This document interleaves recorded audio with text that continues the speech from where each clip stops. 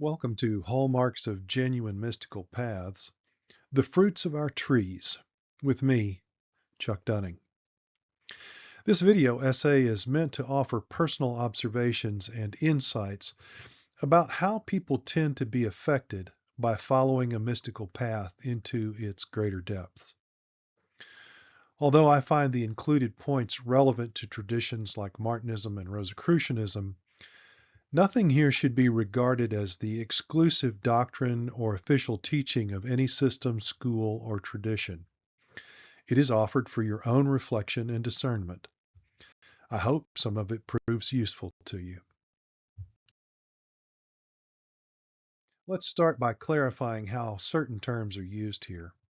Following a mystical path means intentionally trying to move into or make oneself available to greater depths of realizing, experiencing, and expressing unity with that which is most true, beautiful, and good, or the divine, God.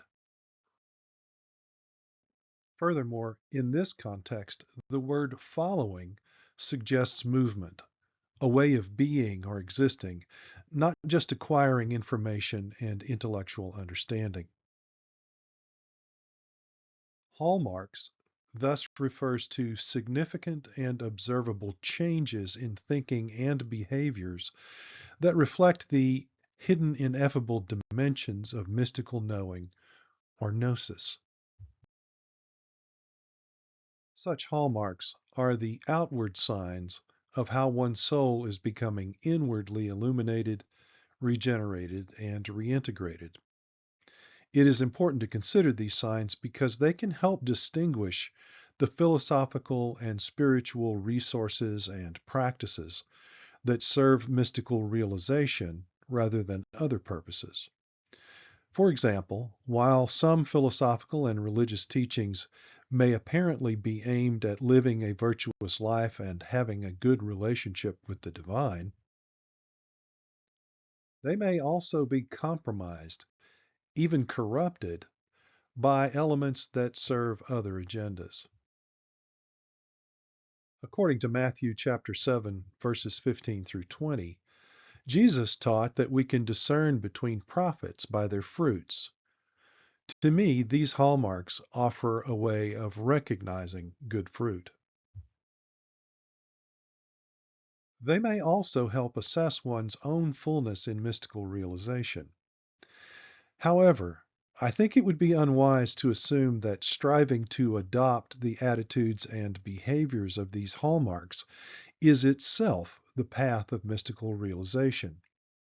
These fruits are effects of mystical awareness, not causes. On the other hand, it also seems apparent to me that embracing and nurturing them can contribute to more completely planting such awareness in every facet of life. After all, fruit is meant to bear seeds. So, now let's get into examining these hallmarks. They'll be presented in a particular order, but it could be helpful to keep in mind that they are intricately interwoven. Thus, they might not necessarily be encountered in a stepwise sequence by any given individual. Attraction to oneness. This attitude is rooted in a very deep conviction that everything is interconnected as aspects of an all-encompassing, ever-present, mysterious unity that is the very life and light of all things, the divine. This attraction includes the intuitive sense that the oneness of all things with each other and with the divine is not just a matter of belief, but that it can be known in a profound and intimate way.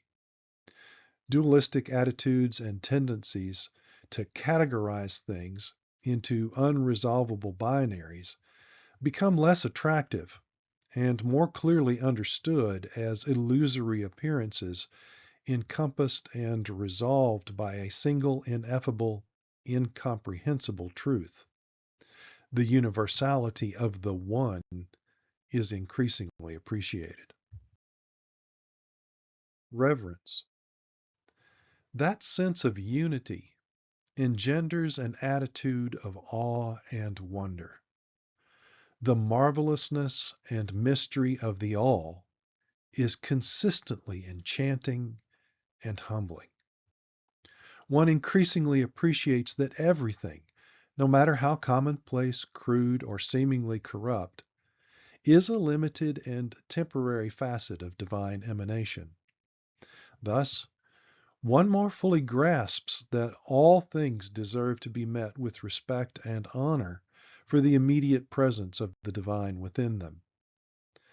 Attitudes of disgust, contempt, apathy, cynicism, and hostility toward other creatures are recognized as indicators of dualistic distraction and the illusion of separation. Compassion. Reverence for the presence of the divine in other beings, and attraction to experiencing the oneness that is being expressed through them, leads to recognizing and literally feeling that others' joys are one's own joys. Their pains are one's own pains. And so their wisdom, their folly, their strength, their weakness, their beauty, their ugliness, these are all one's own as well. One takes less pleasure in the pain, folly, vulnerability, and ugliness of other individuals and groups, less pride in the joy, wisdom, strength, and beauty of oneself or the groups one associates with. Conceit, taunting, mocking, belittling, manipulating, exploiting, discouragement, and neglect become replaced by humility, soothing, relating, respecting, empowering, and encouragement. Compassion becomes increasingly activated in unconditional service to others, less restrained by expectations of their conformity to any beliefs or doctrines, less driven by desires to proselytize, more motivated by the desire for all to experience the grace of oneness. Equanimity. A calm, even fluidity of character arises with greater compassion and reverence amid attraction and appreciation for the oneness of things. One increasingly recognizes the illusoriness of humanity's various divisions and oppositions, both internal and external, and the judgments and conflicts that go with them. Among these recognitions is the humble acknowledgement of one's own powerlessness over much of existence, even much of one's own being. These insights facilitate more truthful awareness of the manifest world as it is, a reduction of assumptions about the meanings and values of things around us and within us, with less need to be dogmatic, inflexible, and uncollaborative, and less prone to knee-jerk reactions. In a reciprocal relationship, inner and outer harmony stabilize each other and enable a more integrated and intentional presence across the various situations and circumstances of life. Contemplation. As one further identifies with the unity of things, more unswervingly feeling reverence and acting with compassion, and abiding more consistently in equanimity, it becomes more apparent that these developments are rooted in the divine, in depths beyond the reach of one's ordinary processes of thinking, feeling, and behaving. To access those depths more fully, and thereby make oneself more willingly and humbly available to transformative powers outside of conscious awareness and control, one is increasingly drawn to develop and refine the ability to shift consciousness into non-ordinary states. Whether it's through prayer, meditation, chanting, music, ritual, or some combination of these, one who is on a mystical path seeks to engage the mystery of oneness with more of their whole being. One knows that by doing so in private solitary moments, and within the closest communities of like-minded souls, one is better prepared to embody and serve the divine at all times, in all places. Let's begin to wrap this up with several observations.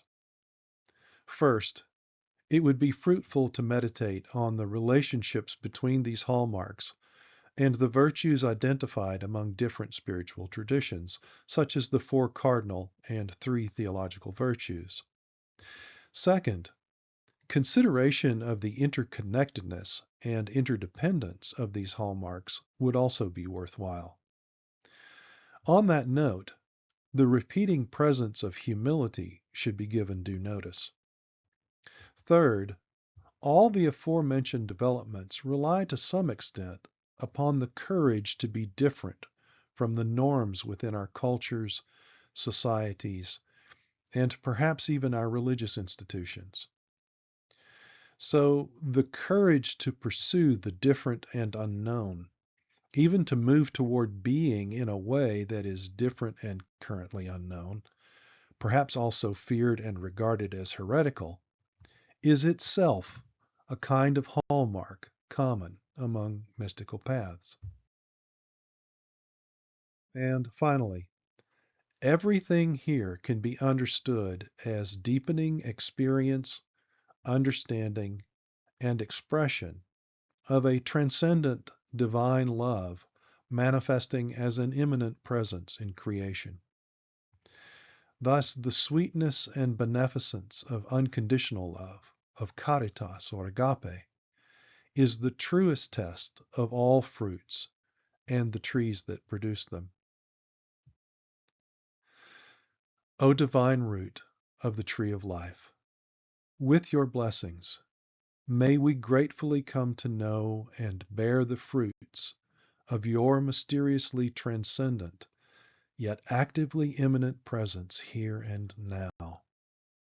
Amen. Thank you for joining me in this reflection on the hallmarks of genuine mystical paths. May your own path lead you to enjoy and lovingly share with all more of the fruits of unity with the one most true, beautiful, and good.